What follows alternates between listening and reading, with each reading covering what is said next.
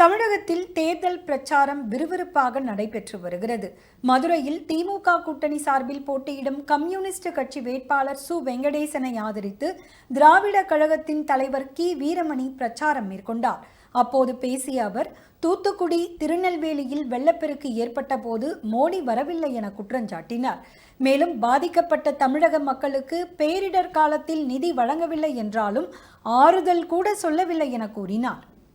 வாடிய பயிரை கண்டபோதெல்லாம் வாடினேன்னு சொன்ன வள்ளலார் வாழ்ந்த இந்த மண் இது சாதாரண மண் அல்ல.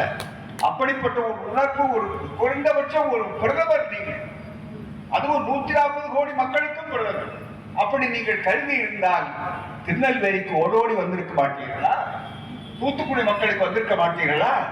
இப்போது ஓட்டு கேட்பதற்கு உங்களுக்கு முதலில அறவழிப்பட்ட உரிமை, தார்மீக உரிமை உண்டா என்று கேட்க எங்களுக்கு உரிமை உண்டு. அதுதான் மிக முக்கியம். அந்த அடிப்படையை நீங்கள் தெளிவாக தெரிந்து கொள்ள வேண்டும். சொன்னதை செய்துவிட்டு கேட்கிறார். அது மட்டுமல்ல, நீங்கள் மனித உரிமைகளை பறிப்பதற்காக அமெரிக்கா உங்களை கண்டிக்கிறது. நீங்கள் மனித உரிமைகளை பறிப்பதற்காக, எதிர்கட்சிக்காக இருப்பதற்காக உங்களை, உங்கள் ஆட்சி, தனிப்பட்ட முறையில் அவருக்கு நமக்கு கிடையாது, ஆட்சியைத்தான் சொல்லுகிறோம். அந்த ஆட்சியை பொறுத்தவரையில அந்த ஆட்சி மனித குலத்தினுடைய உரிமைகளை காக்க வேண்டும் என்று ஜெர்மனி கண்டிக்கிறது, மற்றவர்கள் கண்டிக்கிறார்.